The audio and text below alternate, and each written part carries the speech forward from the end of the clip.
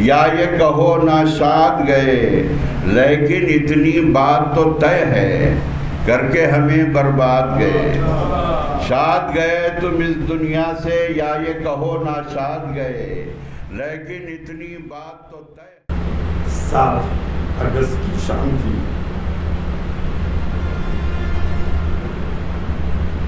تھکے ہوئے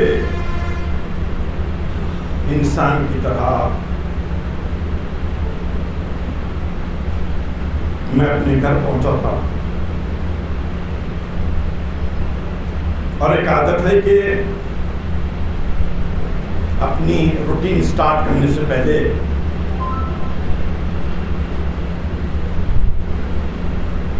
what's app messages ایک بار دیکھ لیتا ہوں.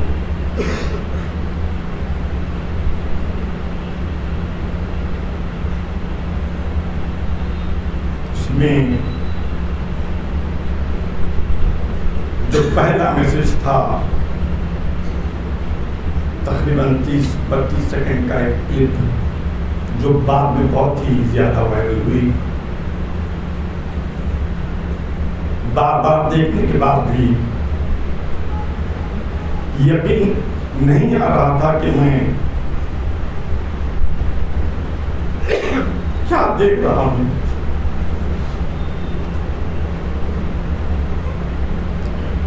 میں نے اس کلپ کو ایز اٹ از افتخار بھائی کو فارورڈ کیا اور پوچھا کہ یہ خبر کیا ہے.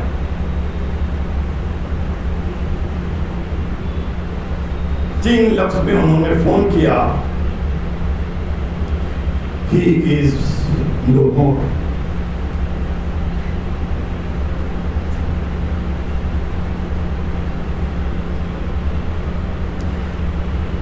اس دن مجھے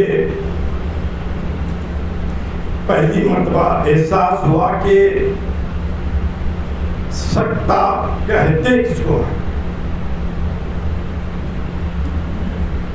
کچھ لمحوں کے لیے مکمل طور پر میں ساکن ہو چکا تھا. پھر اپنے آپ کو میں نے وہ قرآن مجید کی آیت دہرائی, انا للہ و انا الیہ راجعون. یہ کسی کے انتقال کی خبر سن کر عام طور پر تکیہ کلام ویسا دل پیدا نہیں ہوا. تو پولیٹکس موو کرتے رہتے ہیں.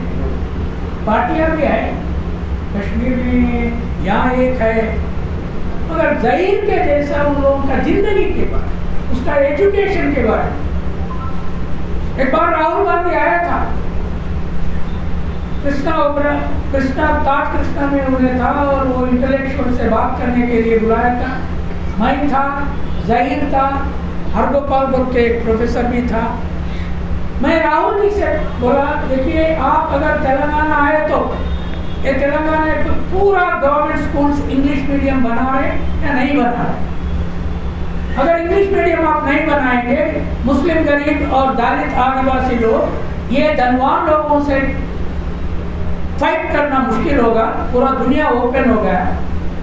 تو راہل جی نے بولا کہ میں I am not oppose to English medium in government. اتنے میں ہرگوپال ایک ریولوشنری سمپتھائزر انٹلیکچوئل تھا, انہیں بولا I am oppose to English.